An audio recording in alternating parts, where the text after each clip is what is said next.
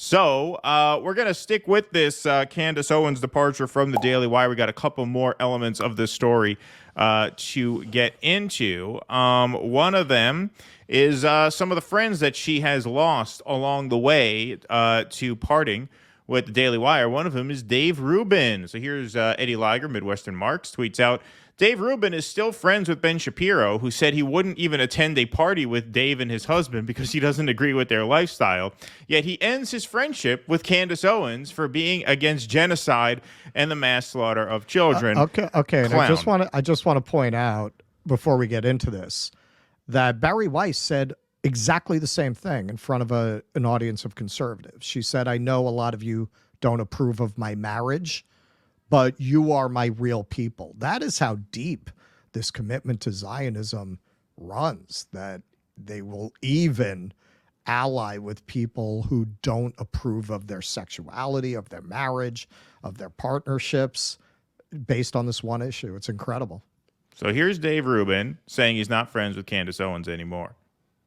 I think she's a little confused about some of the things, but I think, well, I hope you heard the overriding part, which is that I don't want to make it personal with her. I don't really consider us friends anymore. But that's just like a nature of the reality of the thing that we're all in. Yeah, she's confused about a couple of things. She seems confused. She doesn't seem to understand that Jews have the right to kill as many Muslims as we want. That she doesn't seem to understand that. I tried explaining it to her, but she didn't take to it very well. What a fucking doofus this guy is. She doesn't understand that according to the Torah, property rights are eternal. Yeah, 3,000-year-old property claims are completely normal within Judaic legal thought. Yeah, she's a little confused on some of these points. But as Eddie pointed out, here's Dave Rubin very awkwardly trying to win the approval of Ben Shapiro for his gay marriage and failing. Will you bake Rubin a wedding cake? Okay, so I mean, my answer is. Well, I'm married already. Right, this is very cringe. But an anniversary. Oh, yeah. It was my anniversary last week. An anniversary cake would have been nice. Right. So the answer is no. And the reason I won't is because as a religious Jew, I do not participate in activities that I believe are sinful. And he would have done it kosher, the whole thing, man. Oh, Yeah, now I feel bad. He would have done it for you. You got me this close. Putting that aside, you can't have David's kosher cake now. If we were having an anniversary party, would you come? If I was inviting all the crew that we all know, and we were just an anniversary party, we're just having a party, and I'll even throw in some kosher food for you to make sure you don't have to bring your own food. You know, honestly, I'd have to think about it. I'd have to think about it in the same way. So that's interesting to me, because that's a different thing. Well, not really, because again, it's if you're a religious person, and again, take it from the religious perspective. From the religious perspective, the question is, are you glorifying something that you think is sinful? Yeah. So like you said, I mean, Barry Weiss, same thing. Yeah, no, I know you don't approve of my lifestyle and my family and the way I express myself as a person, but Zionism first, everything else second. So yeah, here's Dave Rubin begging this guy to, hey, would you at least come to my anniversary party? All right, maybe not my wedding, right? But hey, it's a party. It's just a party. We're having friends over. Well, you can't come and wish me well at my party. I don't know. I'd have to think about it because, you know, and yet still on good terms with him. Not Candace Owens. Not Candace Owens. That's where the line is, apparently.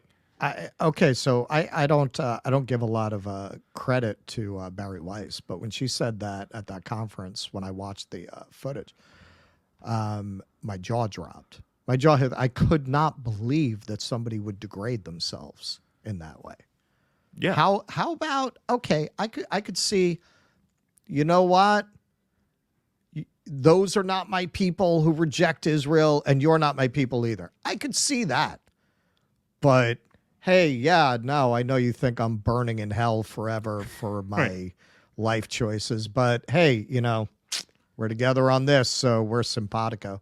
It's just amazing. And same thing here. Like, how do you sit there and not go, well, then fuck you.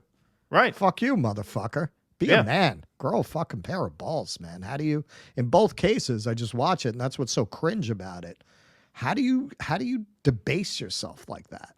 How do you debase yourself? How do you throw yourself, and not only yourself, your partner, under the bus like that? Because by implication, these people don't approve of the person you love either. Right. They don't respect your Why partner. don't you have their back?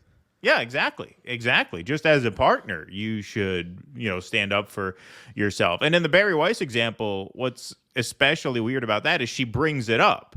She actually goes out of her way to say, now I know you don't approve of my lifestyle. Like, you think you could just not bring that up, but it's incredibly debasing to actually say, hey, I'm here. Yes, you understand I am a lesbian. You don't approve of that. I find that unfortunate, but, you're still my people.